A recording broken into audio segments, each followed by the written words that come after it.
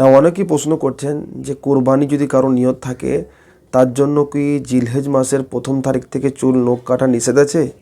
তো জেনে রাখবেন, রাসূলুল্লাহ সাল্লাল্লাহু আলাইহি সাল্লাম বলেন, এই হাদিসটি মুসলিম শরীফেও আছে, তিরমিজি শরীফেও আছে,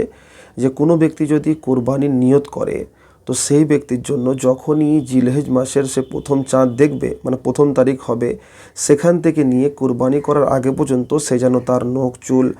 বা শরীরে যে সমস্ত পশমগুলো কাটার হুকুম আছে, যেমন নাভির নিচে বা বগরের নিচে, তো এইগুলো সে যেন না কাটে। বাকি কোনো ব্যক্তি যদি কোরবানির নিয়ত না করে বা কোরবানি নাও দেয়, তো সেও ব্যক্তি যদি না কাটে জিলহজ মাসের প্রথম তারিখ থেকে চুল নখ, তো সেও কিন্তু সওয়াব পেয়ে যাবে। বাকি এটাও জেনে রাখা দরকার